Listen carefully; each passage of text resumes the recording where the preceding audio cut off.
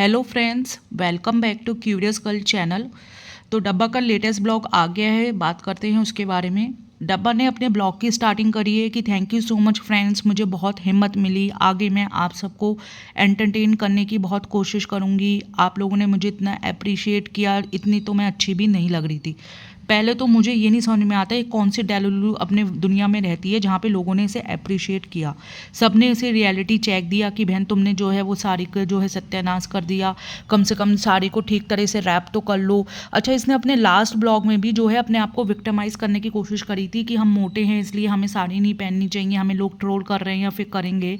तो बहन या तो तुम पतली हो जाओ या फिर तुम जो है अपने आप को विक्टिमाइज करना तो कम से कम छोड़ दो। क्योंकि जहाँ तक मुझे पता है कि साड़ी जो है उसकी सबसे बड़ी खूबसूरती इसी में है कि उसमें किसी भी कोई भी बॉडी टाइप की लड़की हो, चाहे कर्वी हो, चाहे प्लस साइज हो या स्लिम हो या टॉल हो, सब लड़की उसमें एलिगेंट लगती है। क्योंकि साड़ी अपने आप में इतना ग्रेसफुल अटायर है कि अगर आपने उसे जो है वो ठीक से रैप किया है और आपने उसे वो रिस्पेक्ट दी है जो एक आपको आउटफिट को देनी चाहिए, तो साड़ी आप हर बॉडी साइज़ में ब्यूटीफुल लगती है। लेकिन उसके लिए किसी मैजिकल बॉडी ट्रांसफॉर्मेशन की ज़रूरत नहीं पड़ती, जैसे ये लास्ट ब्लॉग में जो है वो अपने आप को एक तरह से विक्टिमाइज कर रही थी। और इसके अगर हम मेकअप की बात करें तो भाई डब्बा के लिए मेकअप का मतलब है कि 4 शेड अपने आप को और मतलब कलर फेयर करके भूत बन के खड़े हो जाना। क्योंकि आप देखो, नॉर्मली हम सबको तो इतना ही पता है कि मेकअप का पर्पस आपके फीचर्स को एनहांस करना होता है, ना कि इंसान की उसकी ओरिजिनल आइडेंटिटी से ही कंप्लीटली डिस्कनेक्ट कर देना है, जो कि ये डब्बा करती है। अभी आप लोग को मैं बता दूं कि केरला में, इंडिया में स्पेशली केरला में ओणम का फेस्टिवल चल रहा है। तो उसमें एक लड़की ने, जो कि हिजाबी गर्ल है, इतनी ब्यूटीफुली उसने साड़ी को रैप किया है। मैंने एक रील देखी थी, इतनी एलिगेंट और गॉर्जियस वो लग रही है कि अगर वो मतलब जब वो पहली बार मेरे आंखों के सामने रील आए ना, एक बार को नज़र ठहर गई। तो फिर ऐसा नहीं है कि हिजाब के साथ में साड़ी नहीं पहन सकते या उसके संग में साड़ी अच्छी नहीं लग रही। इसमें ना तो हिजाब की गलती है ना ही साड़ी की गलती है। और मेरा ये मानना है कि साड़ी किसी भी एक कल्चर की या पर्टिकुलर एक धर्म की प्रॉपर्टी नहीं है। मेनली इंडिया में तो ये एक ट्रेडिशनल और क्लासिकल अटायर है। मैंने तो आसपास अपने सभी रिलीजन के लोगों को साड़ी पहनते हुए देखा और सभी जो लेडीज़ हैं, आंटीज़ हैं या लड़की हैं, वो सभी साड़ी में सुंदर लगती हैं। क्योंकि वो अपने अपनी स्टाइल में इतनी खूबसूरती से उसे रैप करती हैं कि उनकी एक अलग से हम कह सकते हैं कि सुंदरता निकल के आती है साड़ी में। अब मैं अपने ऑफिस का भी आपको बताऊं कि जैसे हम नॉर्मल डेज में होते हैं तो फिर जो हमारे संग में फीमेल स्टाफ है, मेनली मैरिड, तो वो नॉर्मल डेज में तो जो है वो ऑफिस वेयर में या सूट वगैरह में आएंगे। लेकिन जैसे कोई हमारे स्पेशल ओकेज़न होते हैं तो फिर उसमें साड़ी जब पहन के आती हैं तो उनका एक अलग ही हमें जो है करिश्मा देखने को मिलता है। लेकिन डब्बा तो हमारी डब्बा है, उन्हें तो आज के मतलब अपने फैशन एक्सपेरिमेंट करना है। इसने खुद बताया है कि इसने अपने 7 साल के ब्लॉगिंग कैरियर में पहले या दूसरी बार जो है वो साड़ी पहनने की कोशिश करी है। लेकिन इसने बाकायदा मेकअप आर्टिस्ट बनाया था, आई एम श्योर उसी ने इसकी साड़ी जो है वो रैप करी होगी। लेकिन उसमें जो पता नहीं इसमें डब्बा की गलती थी या मेकअप आर्टिस्ट की गलती थी, क्योंकि इसके ऊपर साड़ी को देखकर तो ऐसा लगा कि साड़ी ने जैसे खुद रेजिग्नेशन लेटर लिख दिया हो कि बहन मैंने क्या बिगाड़ा था। क्योंकि साड़ी पहनने के बाद आप ये समझो कि सबसे इम्पॉर्टेंट चीज़ होती है उसका ड्रेप, प्लेट्स, पल्लू और ओवरऑल फिटिंग। हमारे इंडिया में तो जितने स्टेट नहीं है उससे ज़्यादा साड़ी के बांधने के, उसके ड्रैप करने के, उसके पल्लू के स्टाइल हैं। लेकिन हर स्टाइल में जो है वो साड़ी का एक अलग चार्म, अलग एलिगेंस और अलग ही उसकी जो है वो खूबसूरती निकल करके आती है। लेकिन डब्बा ने तो ऐसा लग रहा है कि साड़ी पहनी कम है, किसी बॉडी के ऊपर फेंक दी गई है, रैप कर दिया गया है कि चलो गाइस कंटेंट रेडी, इसके लिए जो है वो साड़ी बस अपने ऊपर डाल ली है। ऐसा लग रहा है, ना ढंग से उसे ड्रैप किया, ना कोई स्टाइल किया है, अजीब ही वो लग रही है। और ये खुद अपने वेट को लेकर इतना ज़्यादा इनसिक्योर दिखाई देती है और फिर और कोई इसे ट्रोल करता है तो ये विक्टिम कार्ड खेलने लगती है। लेकिन मुझे लगता है कि ये एक मिसकॉन्सेप्शन है कि मोटी लड़की सुंदर नहीं लग सकती। मोटी लड़की जो है या किसी भी टाइप की जो है लड़की, वो किसी भी अटायर में सुंदर लग सकती है, चाहे वो साड़ी हो चाहे कोई भी चीज़ हो। तो इस तरह के मिसकॉन्सेप्शन को फैलाना और फिर इतनी बुरी तरह साड़ी को पहन करके कहीं ना कहीं उस चीज़ को, क्योंकि आधे लोग तो यही कहेंगे ना कि इसके बॉडी टाइप पे जो है वो साड़ी सूट नहीं कर रही, जबकि मैंने इतनी मोटी मोटी लड़कियों को इतना सुंदर देखा है साड़ी में कि वो शायद और वेस्टर्न अटायर में इतनी सुंदर नहीं लगती जितनी साड़ी में दिखाई देती हैं। और मेरा तो मानना है कि हम चाहे बाकी जो होते हैं हमारे कपड़े, उन्हें तो हम सिर्फ पहनते हैं, लेकिन साड़ी एक जो होती है ना उसे एब्सोल्युटली सेलिब्रेट किया जाता है, क्योंकि उसे प्रॉपरली कैरी करना हर किसी के बस में तो नहीं है। और ये फैशन से कहीं ज़्यादा हमारी कल्चरल डाइवर्सिटी और एलिगेंस का हिस्सा है। फिलहाल ये सब जो बातें कर रही है वो अपने हाथ में 1 लीटर कोल्ड कॉफ़ी का ग्लास लेकर के कर रही है। अब आप सभी को मालूम है कि ये पीसीओडी की पेशेंट है और बार बार ये जो है इससे रिलेटेड कंटेंट बनाती है, कभी सीट साइकिलिंग दिखाती है, कभी उस पर ज्ञानबाजी करने लगती है। लेकिन पीसीओडी के पेशेंट को एक सबसे पहले बेसिक बात जो की जाती है वो कही जाती है कि वो डेयरी प्रोडक्ट्स को अवॉइड करे, क्योंकि डेयरी प्रोडक्ट्स जो होते हैं वो पीसीओडी के लिए सबसे ज़्यादा नुकसानदायक होते हैं। और ये 1 लीटर का ये अपने आप को पता नहीं क्या एस्थेटिक समझ रही है जो रोज़ ये, क्योंकि ये लास्ट ब्लॉग में भी इसी तरह इसने बाकायदा कंटेंट दिखाया था उसमें कॉफ़ी बनाने का, और इसमें भी ये लेकर के बैठ गई है। तो एक तरफ डेयरी प्रोडक्ट को इतने चाय भी बहुत पीती है, इतने ज़्यादा क्वांटिटी में आप कंज्यूम कर रहे हो, और दूसरी तरफ आप जो सीट साइकिलिंग वगैरह कर रहे हो और फिर ये कह रहे हो कि आपको हार्मोनल प्रॉब्लम्स हो रही है, इस कारण आपको मेंटली स्ट्रेस भी रहता है। इस ब्लॉग में भी इसने कहीं ना कहीं ये रोया है कि मेरे को जो है काफ़ी ज़्यादा मूड स्विंग्स होते हैं। भाई एक तो मुझे ये नहीं समझ में आता कि इसका हर फेस्टिवल में एक मतलब रोना क्यों शुरू हो जाता है।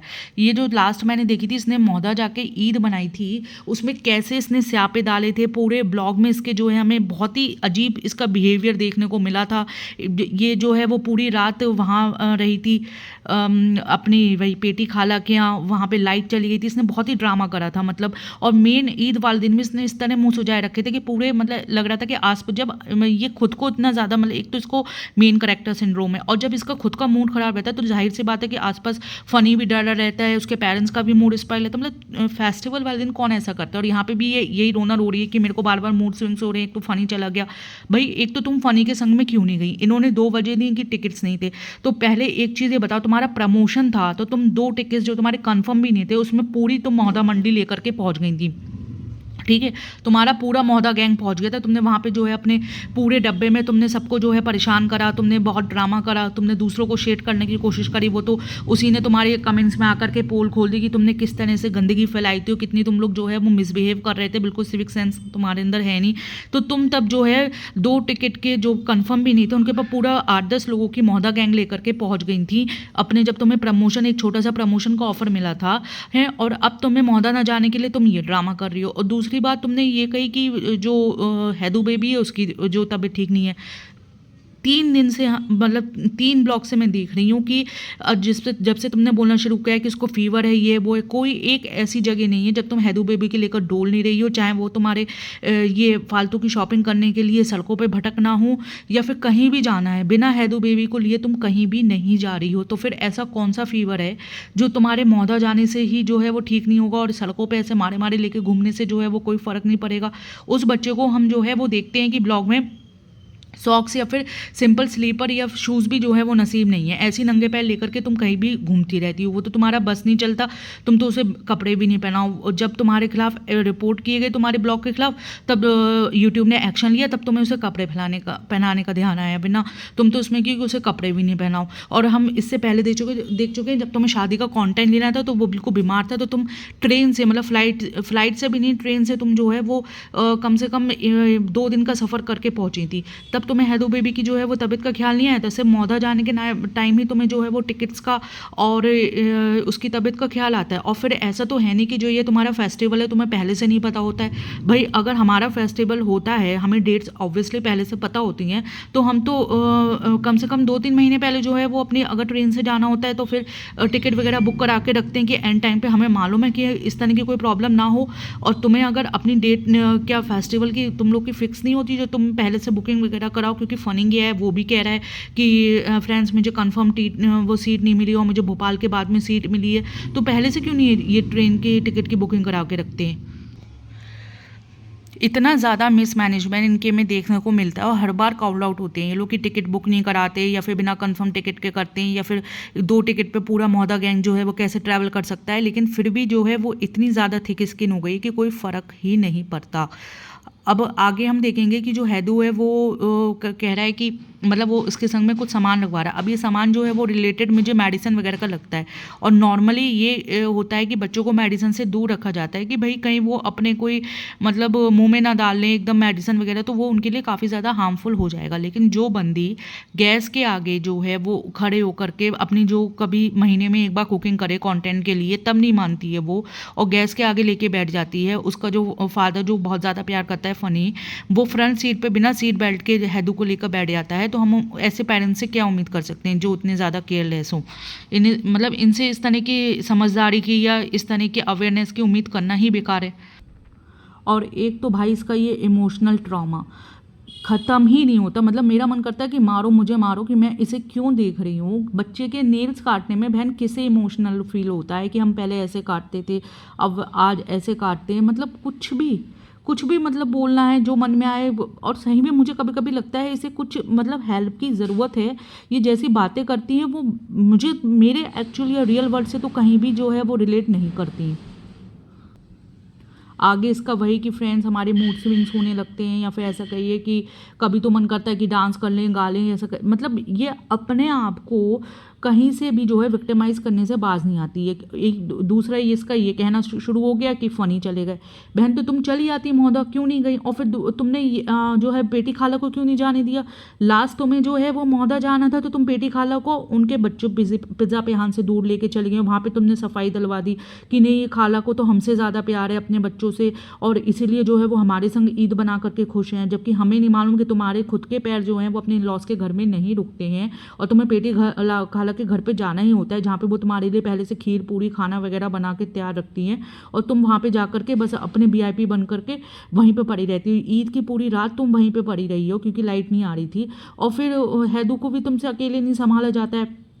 अच्छा ये दोनों पेरेंट्स ही अजीब है। नॉर्मली हम क्या देखते हैं कि जो हमारी मम्मी होती हैं उनका अटैचमेंट ज़्यादा होता है। मतलब नॉर्मली जो बच्चों की माँ होती हैं, बच्चे छोटे होते हैं, उनका अटैचमेंट ज़्यादा होता है, और फादर का अटैचमेंट जो होता है वो उनका भी ज़्यादा होता है। लेकिन बच्चों को मतलब चाइल्डहुड से पता होता है कि उनके फादर को एक अगर जॉब कर रहे हैं तो 9 to 5 जाना है, अगर शॉप पे हैं तब तो और भी ज़्यादा उनके वर्किंग आवर्स बढ़ जाते हैं, तो इतने टाइम के लिए तो उनके फादर बाहर रहेंगे। एक हैबिट, एक आपका रूटीन बन जाता है। बच्चे भी जो है वो धीरे धीरे 1-1.5 साल तक के होते हैं तो उस रूटीन के वो हैबिचुअल हो जाते हैं कि हाँ भाई कि मम्मी तो उन्हें चाहिए, क्योंकि स्टार्टिंग में अगर वर्किंग मॉम भी हो तो वो घर पे रहती हैं मैटरनिटी लीव पे।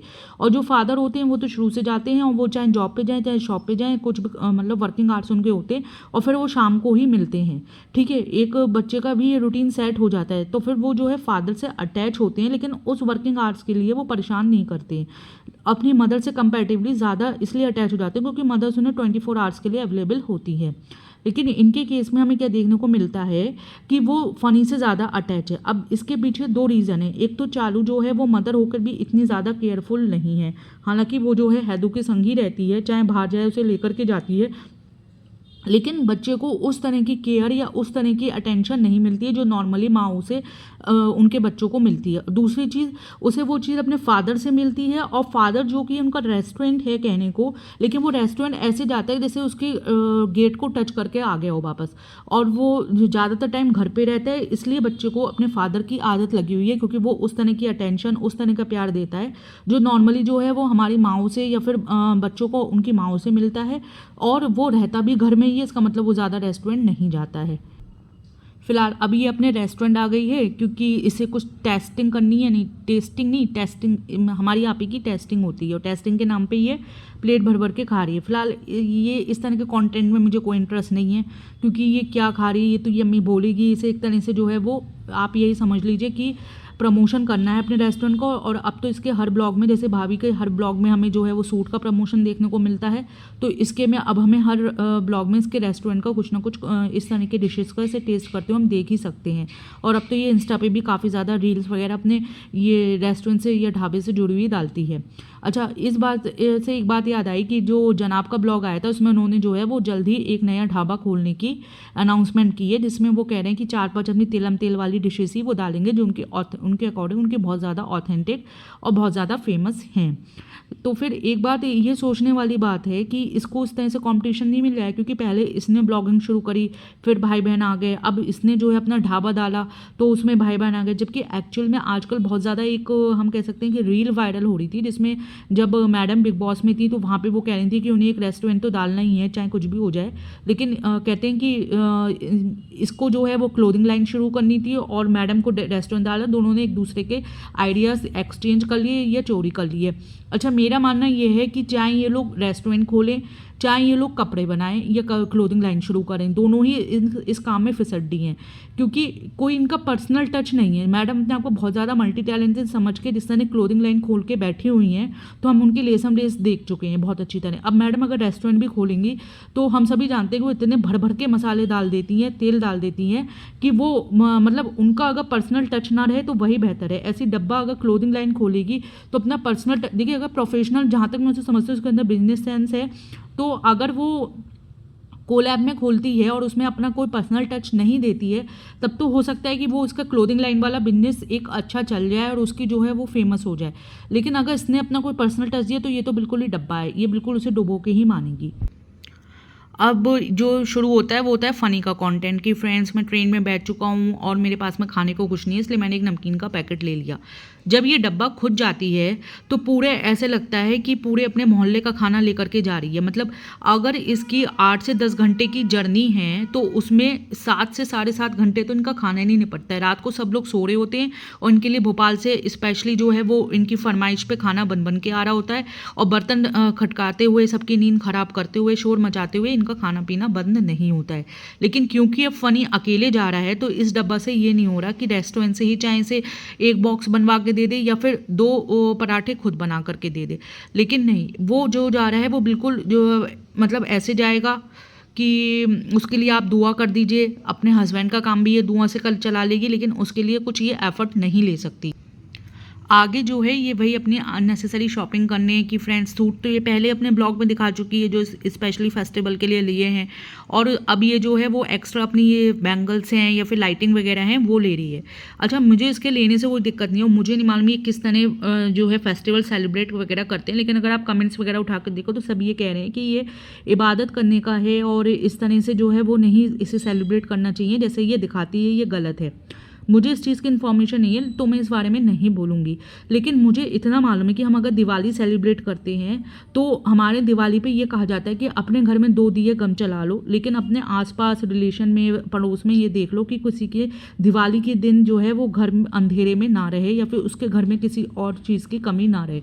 अब इसी ब्लॉग में हमें देखने को मिलता है, जो उसने शायद जानबूझ के रेस बेट के लिए करने को करा, कि पहले जो फ़नी जाता है घर पे तो वो अपनी उसकी अम्मी वगैरह बहुत अच्छे से मिलती हैं, उसके फादर या तो सुन नहीं पाते हैं या फिर वो सही में उससे नाराज़ हैं, वो अच्छे से नहीं मिलते हैं क्योंकि उनकी जो है वो ईयर हेल्प ख़राब हो चुकी है, जो उन्होंने ईयर हियरिंग हेल्प उसे जो भी उन्हें अवेलेबल कराई है डिवाइस, तो इसे इतने दिन से ये पता नहीं था, तो वो इस कारण सुन नहीं पा रहे हैं। फिर उसके बाद में जो है वो अपने एक तो ये लोग जाते ही जो है वो, हम लोग इतने घंटे अगर ट्रैवलिंग करके आएंगे तो ऑब्वियस सी बात है पहले फ्रेश अप होंगे, चेंज वगैरह करेंगे, फिर उसके बाद में अपने जो भी आगे का हमें करना है, खाना खाना है या फिर चेंज करना है या फिर सोना है, वो सब कुछ करेंगे। लेकिन नहीं, ये पहले जो है ना तो चेंज करे, मतलब बिना चेंज करे ये अपने खा पी लेगा, फिर उसके बाद में सोएगा, फिर उसके बाद में ये फ्रेश होकर के लंच उंच करने आता है जो उसकी अम्मी बना रही होती हैं। फिर ये जाता है डब्बा के नानी से मिलने। अब यहाँ पे जो होता है वो सबसे ज़्यादा मुझे, मतलब हम कह सकते हैं कि ट्रेजिक मोमेंट कह लें या प्रॉब्लमेटिक कह लें, वो हमें देखने को मिलता है। देखिए, इसकी नानी की जो है वो, इसके 5 मामा हैं, तो कहते हैं कि मामाओं की जिम्मेदारी है वो क्यों नहीं रखते। अब मुझे नहीं मालूम इसके मामा क्यों नहीं करते या फिर इसके कितने मामा हैं क्या नहीं। हम जो है वो कंटेंट डब्बा का देखते हैं और इसके भाई का देखते हैं, इसकी भाभी का देखते हैं। इन लोगों ने बहुत ज़्यादा हम साथ साथ एक ड्रामा करा जिसमें अम्मा दी डॉल को भी, यानी कि इसकी नानी को भी इन्होंने इंक्लूड करा। हम कितने टाइम से, मतलब स्टार्टिंग से इसकी नानी को इन तीनों के कंटेंट का हिस्सा बनते हुए देखते आ रहे हैं, और पिछले अगर मैं 1-2 साल की बात करूं तो सिर्फ डब्बा के ब्लॉग का मेनली वो हिस्सा बनी रहती हैं। तो मुझे ऐसा लगता है कि उनके खुद के कंटेंट से इस डब्बा ने इतना तो अर्न कर लिया होगा कि नानी को कम से कम बेसिक फैसिलिटीज़ वाला ये एक साधारण सा घर दे पाए। अगर ये एसी नहीं लगवा सकती तो कूलर ही लगवा दे, और कम से कम उनके इतना मतलब ठीक करवा दे कि वो एक 90 ईयर्स ओल्ड होकर के एक घर में ठीक से अपनी लाइफ गुजार लें। इतना कंटेंट तो उन्होंने ऑलरेडी इसे दे दिया है। रही इसके मामा की बात, भाई ये सुनने में आया कि नानी का नेचर भी ख़राब है, प्लस जनाब ने जो है वो किसी के इनकी खुद की पोती की शादी में नहीं जाने दिया, मामाओं के संग में गाली गलौज के, मतलब काफ़ी कुछ बातें हमें इनकी बिहाइंड द कैमरा सुनने को मिलती हैं। तो वो सारी बातें बिहाइंड द कैमरा हैं, वो डिस्कस करने से कोई फ़ायदा नहीं, क्योंकि कितनी ऑथेंटिक हैं, कितनी सही हैं, किसी को नहीं मालूम। इसी तरह मामा मामी या फिर वो क्या कर रहे हैं क्या नहीं कर, हमें जो ब्लॉग में देखने को मिल रहा है वो ये मिल रहा है कि डब्बा जो है वो लगातार इन्हें अपने ब्लॉग्स का हिस्सा बनाती आ रही है और लगातार इनसे कंटेंट लेती आ रही है। अभी भी इसके जो हैं वो काफ़ी कम व्यूज़ आने लगे हैं, तो कहीं ना कहीं इसे मालूम है अब तो इसको गाली खा के काम चलते हैं, तो ये रोज़ गाली खाने के लिए कुछ ना कुछ नई टैक्टिक अपनाती है। तो इसकी यही टैक्टिक थी। इससे पहले भी जब ये ईद में गई थी मिलने, तो हमने देखा था बेचारी कैसे गर्मी में बैठी हुई थी, कैसे उनका घर हो रहा था, बारिश में टपक रहा था और बिल्कुल अंधेरा था, मतलब बेसिक एक छोटी सी लाइट भी नहीं थी उनके घर में। और आज भी हमें यही देखने को मिला कि कैसे बिल्कुल मतलब वो कह रही उनके ऊपर अलमारी गिर गई और उनके आने जाने का रास्ता इतना ख़राब, इतना टूटा फूटा, जिसमें ऑब्वियसली फिसलन भी होगी बारिश में। और फिर उसके बाद में मतलब बेसिक जो है फैसिलिटीज़ भी नहीं, यूपी में लाइट वगैरह भी बहुत जाती है और उनके पास में कूलर भी नहीं है। तो फिर या तो सबसे बेस्ट होगा कि उसी गांव में मौदा में जो है वो बेटी खाला का घर भी है, भाई वो खाली पड़ा रहता है, बंद रहता है, उसमें कम से कम एक रूम भी उन्हें रहने को दे दो। वो उनके जो है वो मतलब कुक टॉप भी नहीं है, उनके पास में टेबल भी नहीं है जिसमें गैस पे रख के वो बना सकें हैं। तो मैं एक जो है उन्हें बेसिक फैसिलिटीज़ दे दो और तुम पैसे नहीं, ये अगर 2-3 ब्लॉग भी ये जो है वो 10 से 20 ब्लॉग बना डालती है अपने रेनोवेशन के नाम पे। आज एक रूम दिखाया, 2 ब्लॉग्स में एक रूम दिखाया, कभी अपना किचन दिखाया। अगर ये 3 से 4 ब्लॉग भी बना देगी ना ये नानी के घर के रेनोवेशन में, इसके भर भर के व्यूज़ आएंगे। इसको नहीं करना, ये बेटी खाला के घर में शिफ्ट कर दे, भाई उनके घर की जो है वो सिक्योरिटी भी हो जाएगी। बंद घर में वैसे भी कई चीज़ें कहते हैं कि ख़राब हो जाती हैं और नानी भी ठीक से रह लेंगी, इतना ठीक उनका घर वहीं पे बना हुआ है। और फिर उसके संग में एक इनके हेल्पर रख दे, वहाँ पे इतनी ज़्यादा मैं समझती हूँ कि अनएम्प्लॉयमेंट होगा, कोई इसे बहुत ही कम रेट में जो है वो कृष्णा जैसा मिल जाएगा और वो इसे जो है वो क्लिप भी भेज दिया करेगा, जैसे फ़नी बना के भेज रहा है तो ये मौदा की क्लिप भी ऐड कर लेगी, इसका कंटेंट का कंटेंट बन जाएगा और उन्हीं पैसों से मतलब इतना तो ये हर तरीके से अपने कंटेंट नानी से निकलवा सकती है कि नानी की हेल्प हो जाए। लेकिन इसके अंदर मुझे लगता है वो बेसिक नियत ही नहीं है। अगर इसके अंदर नियत हो तो एटलीस्ट ये नानी की तो हेल्प कर सकती है। इतना ज़्यादा ये लोग ज्ञानबाजी करते हैं, हर चीज़ को अपने कंटेंट बना लेते हैं और अपने कंटेंट में आकर के छाप देते हैं। लास्ट इसने जैसे वो औरंगाबाद वाला इंसिडेंट एक नैरेटिव से झूठा नैरेटिव सेट करने की कोशिश करी, बस कंटेंट के लिए कुछ भी करते हैं। तो ये कंटेंट के लिए ही कम से कम अपनी नानी की हेल्प कर सकती है। अगर ये हेल्पर रख के उससे क्लिप मंगवाएगी तो वो क्लिप अगर ये 3 से 4 मिनट की भी ऐड कर देगी तो कोई भी बोर नहीं होगा और सब लोग इसे अप्रिशिएट ही करेंगे कि देखो जैसे झुग्गी झोपड़ी से आज हम इनका कंपेयर करते हैं कि देखो जो मैडम है इन्होंने कितना ज़्यादा इन्हें चेंज कर दिया, झुग्गी झोपड़ी से ला करके इनका जो है बिल्कुल स्टैंडर्ड ही चेंज कर दिया। और वैसे ही अब नानी का कंपेयर होगा कि ये उसमें जो है सारा क्रेडिट डब्बा को जाएगा कि देखो ये क्लिप दिखा रही है तो उनके अच्छे की दिखा रही है कि पहले आज जो दिखा रही है जिसमें ये गालियाँ खा रही है और हमें इतना दुख हो रहा है नानी की इस कंडीशन को देख करके। और कल को अगर वो चाहे बेटी खाला के घर में रहें, चाहे ये रेनोवेशन के ब्लॉक डाल करके उनका जो है वो घर को ही ठीक करा दे, वहाँ पे एक हेल्पर रख दे 5 से 10 हज़ार रुपये में और वो उसे क्लिप बना के भेजे, तो वो मतलब जितना ये खर्च नहीं करेगी उससे ज़्यादा अर्न कर लेगी। लेकिन मुझे नहीं लगता कि इसके पास में ऐसी कोई नियत है, और अगर ये इसकी नियत होती तो 100% जो है वो मतलब अब तक ये ऐसा कर सकती थी। ये कोई ऐसा आइडिया नहीं है कि जो किसी और के माइंड में नहीं आए। आप लोग का इस बारे में क्या कहना है, प्लीज़ अपनी राय कमेंट्स के ज़रिए ज़रूर बताइए। और पॉडकास्ट पसंद आए तो लाइक करिए, शेयर करिए, कमेंट करिए। मिलते हैं नेक्स्ट पॉडकास्ट में, तब तक के लिए bye, thank you so much.